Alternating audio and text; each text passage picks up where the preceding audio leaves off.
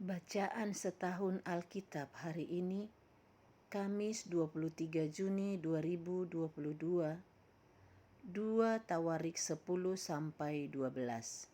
Demikian, 2 Tawarik 10. Kemudian Rehabeam pergi ke Sikem, sebab seluruh Israel telah datang ke Sikem untuk menobatkan dia menjadi raja. Segera sesudah hal itu kedengaran kepada Yerobeam bin Nebat, ia ada di Mesir, sebab ia melarikan diri ke sana dari hadapan Raja Salomo, maka kembalilah ia dari Mesir. Orang menyuruh memanggil dia, lalu datanglah Yerobeam dengan seluruh orang Israel dan berkata kepada Rehabeam, "Ayahmu telah memberatkan tanggungan kami. Maka sekarang ringankanlah pekerjaan yang sukar yang dibebankan ayahmu dan tanggungan yang berat yang dipikulkannya kepada kami, supaya kami menjadi hambamu." Tetapi ia menjawab mereka, "Datanglah kembali kepadaku lusa." Lalu pergilah rakyat itu. Sesudah itu Rehabeam meminta nasihat dari para tua-tua yang selama hidup Salomo mendampingi Salomo, ayahnya. Katanya, "Apakah nasihatmu untuk menjawab rakyat itu?" Mereka berkata kepadanya, "Jika engkau mau berlaku ramah terhadap rakyat itu, mau menyenangkan mereka dan mengatakan kata-kata yang baik kepada mereka, maka mereka menjadi hamba-hambamu sepanjang waktu." Tetapi ia mengabaikan nasihat yang diberikan para tua-tua itu.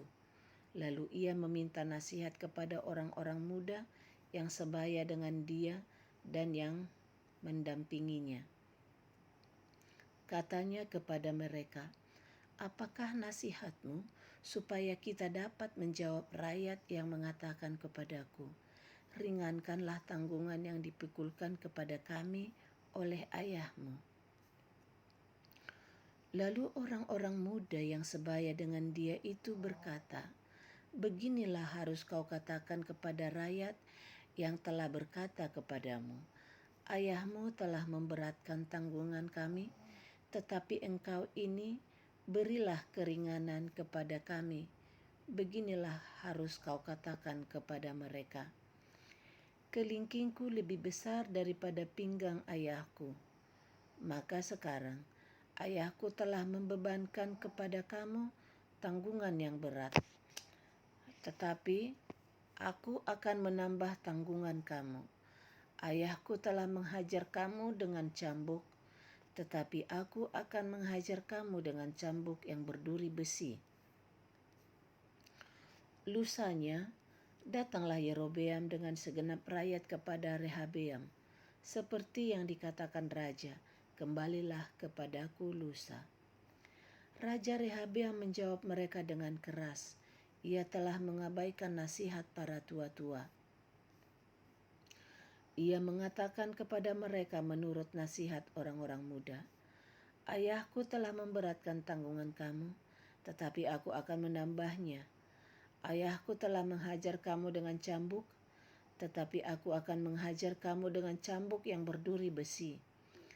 Jadi raja yang tidak mendengarkan permintaan rakyat, sebab hal itu merupakan perubahan yang disebabkan Allah, supaya Tuhan menepati firman yang diucapkannya dengan perantaraan Ahia orang Silo kepada Yerobeam bin Nebat. Saya ulangi, jadi raja tidak mendengarkan permintaan rakyat, sebab hal itu merupakan perubahan yang disebabkan Allah, supaya Tuhan menepati firman yang diucapkannya dengan perantaraan Ahia orang Silo kepada Yerobeam bin Nebat. Setelah seluruh Israel melihat bahwa raja tidak mendengarkan permintaan mereka, maka rakyat menjawab raja, "Bagian apakah kita dapat daripada Daud? Kita tidak memperoleh warisan dari anak Isai itu. Masing-masing ke kemahmu, hai orang Israel. Uruslah sekarang rumahmu sendiri, hai Daud."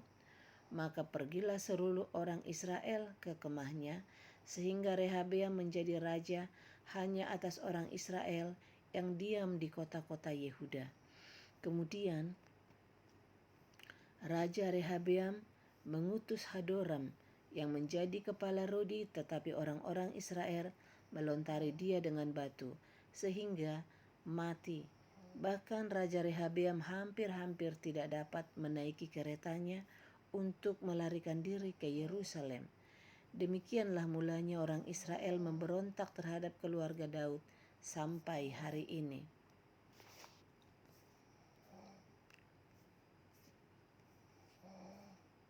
2 Tawarik 11. Ketika Rehabeam datang ke Yerusalem,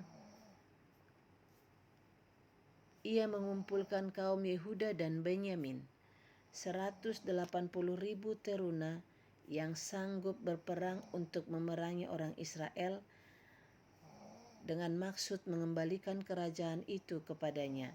Tetapi datanglah firman Tuhan kepada Semaya abdi Allah demikian. Katakanlah kepada Rehabeam anak Salomo, Raja Yehuda, dan kepada segenap orang Israel di Yehuda dan di Benyamin demikian. Beginilah firman Tuhan, janganlah kamu maju dan janganlah kamu berperang melawan saudara-saudaramu. Pulanglah masing-masing ke rumahnya, sebab akulah yang menyebabkan hal ini terjadi. Maka mereka mendengarkan firman Tuhan dan pulang dengan tidak menyerang Yerobeam. Rehabeam diam di Yerusalem dan memperkuat kota-kota kubu di Yehuda. Ia memperkuat Betlehem, Etam, Tekoa, Becur, Soko, Adulam, Gad, Mares, Zif, Adoraim, Lakhis, Azeka, Zora, Ayolam, dan Hebron, yang terletak di Yehuda dan di Benyamin, sebagai kota-kota berkubu. Ia memperkokoh kota-kota kubu itu dan menempatkan di situ kepala-kepala pasukan dengan persediaan makanan, minyak dan anggur. Perisai dan tombak pun disediakan di tiap-tiap kota. Ia membuat kota-kota itu amat kokoh. Demikianlah Yehuda dan Benyamin menjadi daerah kekuasaannya. Para imam dan orang Lewi di seluruh Israel datang menggabungkan diri dengan dia dari daerah-daerah kediaman mereka. Sebab orang Lewi meninggalkan tanah penggembalaan dan milik mereka, lalu pergi ke Yehuda dan Yerusalem oleh karena Yerobeam dan anak-anaknya melarang mereka memegang jabatan imam Tuhan dan mengangkat bagi dirinya imam-imam untuk bukit-bukit pengorbanan, untuk jin-jin, dan untuk anak-anak lembu jantan yang dibuatnya. Dari segenap suku Israel orang datang ke Yerusalem mengikuti orang-orang Lewi itu, yakni orang yang telah membulatkan hatinya untuk mencari Tuhan Allah Israel, dan mereka datang untuk mempersembahkan korban kepada Tuhan Allah nenek moyang mereka. Demikianlah mereka memperkokoh kerajaan Yehuda dan memperkuat pemerintahan Rehabeam bin Salomo selama 3 tahun, karena selama 3 tahun mereka hidup mengikuti jejak Daud dan Salomo. Rehabeam mengambil Mahalat, anak Yerimot bin Daud, dan Ahidat binti Ehisab bin Isai, Elhiab bin Isai menjadi istrinya, yang melahirkan baginya anak-anak lelaki ini, Yeus, Semaria, dan Jaham. Sesudah Mahalat ia mengambil Maaka, anak Absalom, menjadi istrinya, yang melahirkan baginya Ahi, Abia, Atai, Jija, dan Selomit. Rehabeam mencintai Maaka, anak Absalom itu, lebih daripada semua istri dan gundiknya. Ia mengambil 18 istri dan 60 gundik, dan memperanakkan 28 anak laki-laki dan 60 anak perempuan. Rehabeam mengangkat Abia, anak Maaka, sebagai pemuka, yakni sebagai pemimpin di antara saudara-saudaranya, karena ia bermaksud menjadikan dia raja.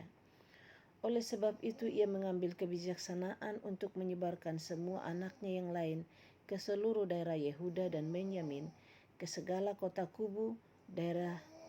Ia memberikan mereka makanan dengan limpahnya dan menyediakan bagi mereka banyak istri.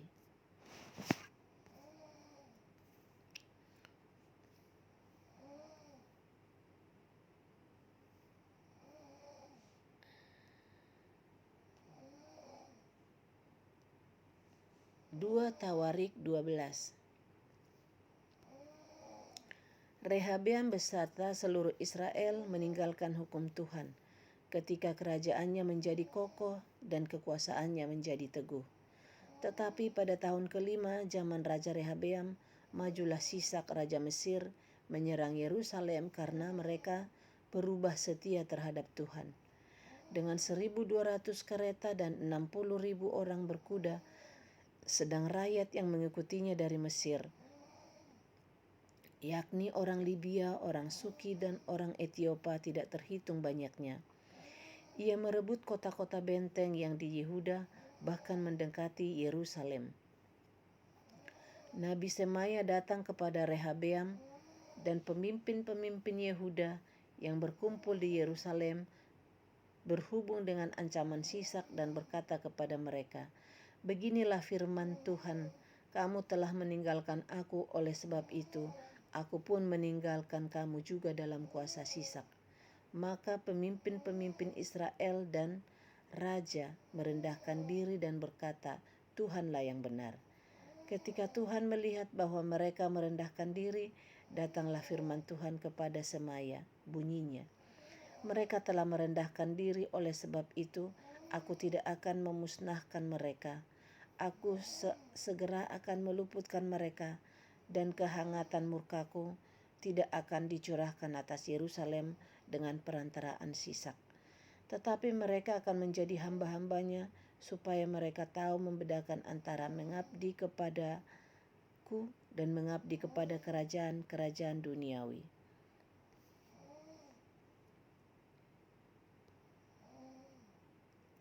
Maka majulah Sisak Raja Mesir itu menyerang Yerusalem. Ia merampas barang-barang perbendaharaan rumah Tuhan dan barang-barang perbendaharaan rumah raja. Semuanya dirampasnya. Ia merampas juga perisai-perisai emas yang dibuat Salomo. Sebagai gantinya, Raja Rehabeam membuat perisai-perisai tembaga yang dipercayakannya kepada pemimpin-pemimpin bentara yang menjaga pintu istana raja. Setiap kali raja masuk ke rumah Tuhan, bentara-bentara datang membawa masuk perisai-perisai itu, dan mereka pula yang mengembalikannya ke kamar jaga para bentara. Oleh sebab raja merendahkan diri, surutlah murka Tuhan daripadanya, sehingga ia tidak dimusnahkannya sama sekali. Lagi pula masih terdapat hal-hal yang baik di Yehuda. Raja Rehabeam menunjukkan dirinya kuat dalam pemerintahannya di Yerusalem. Rehabeam berumur 41 tahun pada waktu ia menjadi raja, dan 17 tahun lamanya ia memerintah di Yerusalem, kota yang dipilih Tuhan dari antara segala suku Israel untuk membuat namanya tinggal di sana. Nama ibunya ialah Naamah, seorang perempuan Amon. Ia berbuat yang jahat karena ia tidak tekun mencari Tuhan. Bukankah riwayat Rehabeam dari awal sampai akhir semuanya tertulis dalam riwayat Semaya Nabi itu dan Ido pelihat itu, yang juga memuat daftar silsilah antara Rehabeam dan Yerobeam. Terus menerus ada perang. Kemudian Rehabeam mendapat perhentian bersama-sama dengan nenek moyangnya, dan ia dikuburkan di kota Daud. Maka Abia anaknya menjadi raja menggantikan dia. Demikian pembacaan Alkitab hari ini. Terima kasih.